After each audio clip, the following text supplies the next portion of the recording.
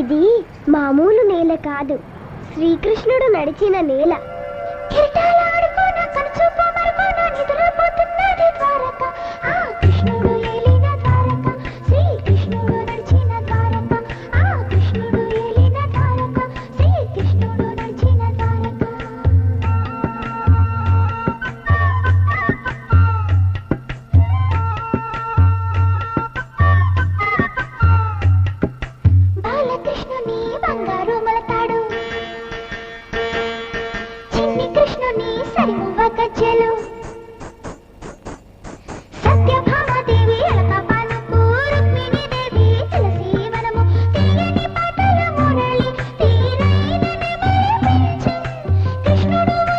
Bait Dwaraka.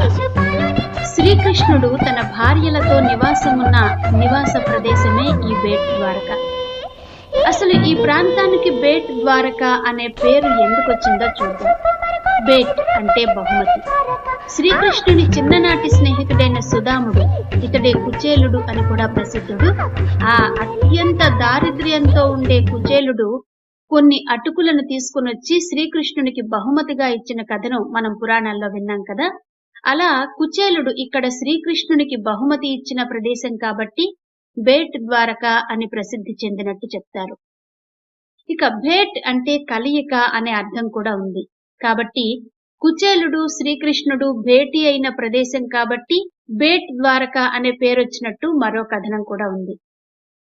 ఇక శ్రీకృష్ణుని అవతార సమాప్తి జరిగిన తరువాత ద్వారకా నగరాన్ని సాగరుడు ముంచెత్తగా సముద్రంలో కలిసిపోకుండా మిగిలిన భూభాగమే బేట్ ద్వారక.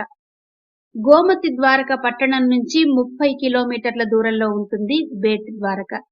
13 కిలోమీటర్ల పొడవు, 4 కిలోమీటర్ల వెడల్పు ఉన్న చిన్న ద్వీపం బేట్ ద్వారక. బేట్ ద్వారకకు వెళ్లాలంటే సుమారు 20 నిమిషాల పాటు సముద్రంలో పడవల మీద ప్రయాణం చేయాల్సి ఉంటుంది. గోమతి ద్వారక నుంచి ఓఖా పట్టణ పోర్టు చేరుకుని అక్కడి నుండి ఈ ప్రదేశానికి పడవలో వెళ్లాలి. చారిత్రాత్మక బెట్ ద్వారకా ఆలయాన్ని సందర్శించారు ప్రధాని మోదీ. ద్వారకా నుంచి 30 కిలోమీటర్ల దూరంలో ఉంటుంది ఈ ఆలయం. ముఖ్యమంత్రి భూపేంద్ర పటేల్ తో కలిసి ఈ ఆలయాన్ని సందర్శించారు మోదీ.